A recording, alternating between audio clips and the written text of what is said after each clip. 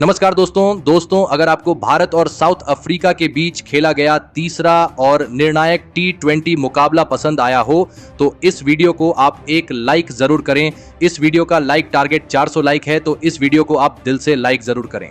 दोस्तों, भारत और south Africa के बीच खेली जा रही 3 मैचों की T20 श्रृंखला के तीसरे और सबसे महत्वपूर्ण और रोमांचक T20 मुकाबले में क्रिकेट इतिहास की 2 सबसे बड़ी टीमें एक दूसरे से भिड़ी।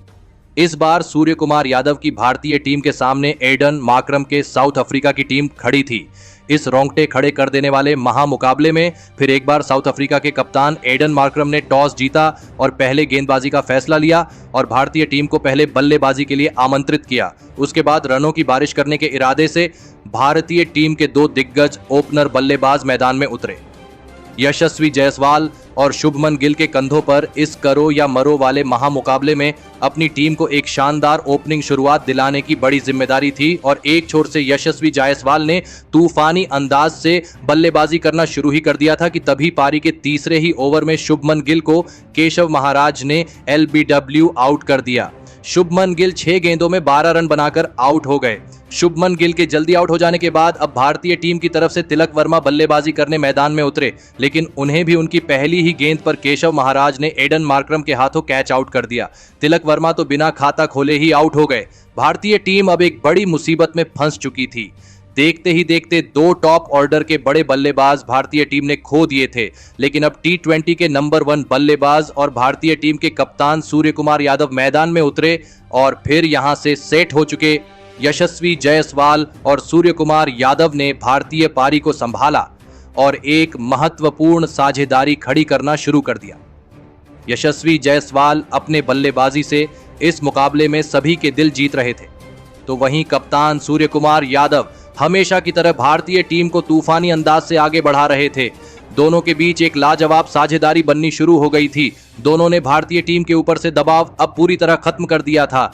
तो वही साउथ अफ्रीका के कप्तान एडन मार्क्रम अब सोच में पड़ गए थे, क्योंकि भारतीय टीम का रन रेट तेजी से ऊपर बढ़ चुका था और फिर इसी बीच अद्भुत बल्लेबाजी कर रहे यशस्वी जायसवाल ने अपना अर्धशतक भी पूरा कर लिया।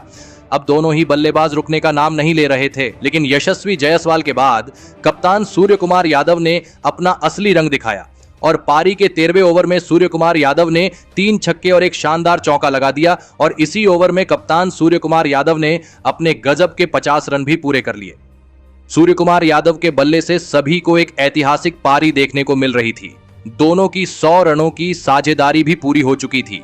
यशस्वी जायसवाल और कप्तान सूर्य कुमार यादव ने अपनी टीम को 141 रनों तक पहुंचा दिया था, लेकिन फिर पारी के 14वें ओवर में तबरेज शम्सी ने यशस्वी जायसवाल को रिजा हेंड्रिक्स के हाथों कैच आउट कर दिया। यशस्वी जायसवाल 41 गेंदों में 60 रनों की अद्भुत पारी खेलकर आउट हो गए, लेकिन यशस्वी जायसवाल अपना काम कर चुके थे। लेकिन अब भारतीय टीम को एक बेहतरीन फिनिश की जरूरत थी और तभी बेहतरीन फॉर्म में चल रहे रिंकू सिंह मैदान में उतरे। लेकिन रिंकू सिंह तो दूसरे छोर पर देखते ही रह गए, क्योंकि उनके कप्तान सूर्य कुमार यादव इस मुकाबले में अविश्वसनीय बल्लेबाजी कर रहे थे। सूर्य कुमार यादव की इस बल्लेबाजी ने पूरी साउथ अफ्रीका की गेंदबाजी की धज्जियां उड़ा दी थी। कप्तान एडन मार्क्रम के हर एक फैसले पर भारतीय कप्तान सूर्य कुमार यादव पानी फेर रहे थे, लेकिन अब कप्तान सूर्य कुमार यादव अपने ऐतिहासिक शतक के नजदीक पहुंच चुके थे। लेकिन फिर पारी के 19वें ओवर में रिंकू सिंह के रूप में भारतीय टीम को चौथा बड़ा झटका लगा। रिंकू सिंह को आंद्रे बर्गर ने ट्रिस्टन स्टब के हाथों कैच आउट कर दिया। रिंकू सिंह 10 गेंद में 14 रन बनाकर आउट हो गए, लेकिन दूसरे छोर पर कप्तान सूर्य कुमार यादव अभी भी मौजूद थे, जिस वजह से खतरा साउथ अफ्रीका के टीम पर से नहीं हटा था। और फिर पारी के आखिरी ओवर की पहली गेंद पर 2 रन लेते हुए कप्तान सूर्य कुमार यादव ने अपने T20 अंतरराष्ट्रीय करियर का चौथा और सबसे हैरतअंगेज शतक पूरा कर लिया।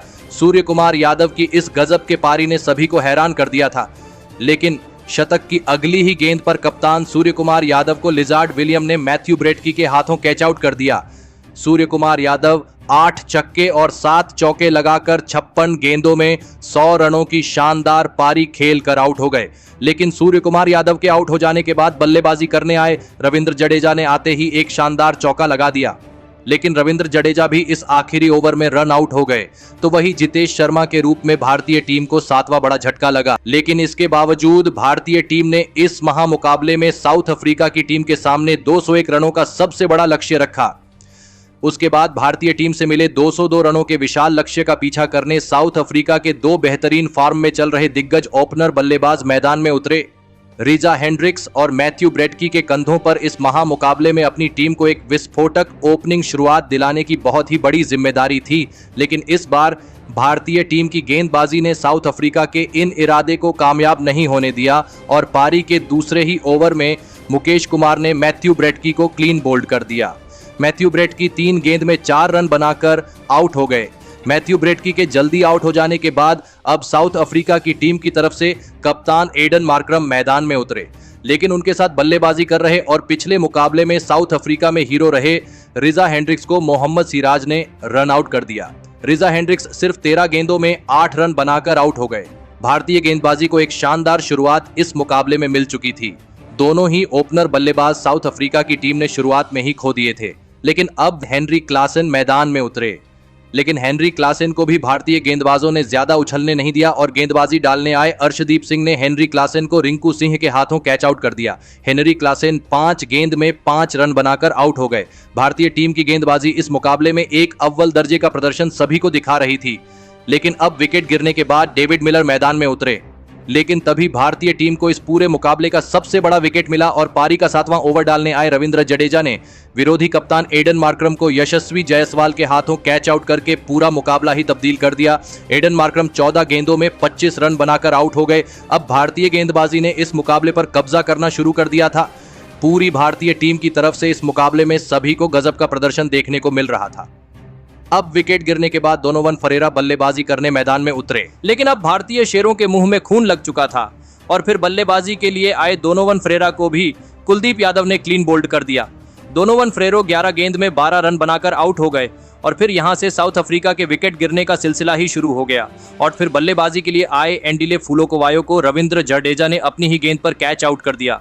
फुलोकोवायो बिना खाता खोल ही आउट हो गए। एक छोर पर डेविड मिलर लाजवाब बल्लेबाजी कर रहे थे और भारतीय गेंदबाजी पर आसानी से बड़े शॉट खेल रहे थे, लेकिन दूसरे छोर से विकेट गिरने का सिलसिला नहीं रुक रहा था।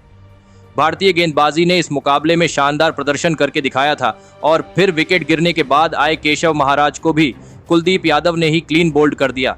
तो वही उनके तुरंत ही बाद आंद्रे बर्गर को भी कुलदीप यादव ने एलबीडब्ल्यू आउट करते हुए साउथ अफ्रीका की टीम को लगातार झटके दिए। तो वही कुलदीप यादव ने लिजार्ड विलियम्स को भी अपनी इसी ओवर में एलबीडब्ल्यू आउट कर दिया। कोई भी साउथ अफ्रीका का बल्लेबाज कुलदीप यादव की गेंदबाजी को पढ़ ही नहीं पा रहा था और फिर अंत में डेविड मिलर को भी कुलदीप यादव ने ही आउट करके अपने इस मुकाबले में 5 विकेट हासिल कर लिए। तो वहीं इसी के साथ भारतीय टीम ने इस तीसरी टी20 मुकाबले को 106 रनों से जीतकर इस टी20 श्रृंखला को 1-1 के बराबरी पर खत्म कर दिया है। दोस्तों, भारतीय टीम की गेंदबाजी ने इस मुकाबले अनमोल प्रदर्शन करके दिखाया, लेकिन भारतीय टीम को इतने बड़े लक्ष्य तक पहुंचने में विश्व के सबसे बेहतरीन टी20 बल्लेबाज माने जाने वाले सूर्य कुमार यादव का सबसे बड़ा हाथ रहा। कप्तान सूर्य कुमार यादव ने अपनी टीम के लिए इस मुकाबले में गजब की शतकीय पारी खेली। उन्होंने इस मुकाबले में अपना 4था अंतर्राष्ट्रीय शतक पूरा किया और इसी के चलते भारतीय टीम यह मुकाबला जीत पाई। तो दोस्तों, आप कप्तान सूर्य कुमार यादव की इस अद्भुत शतकीय पारी के लिए उन्हें 10 में से कितने अंक देना चाहेंगे?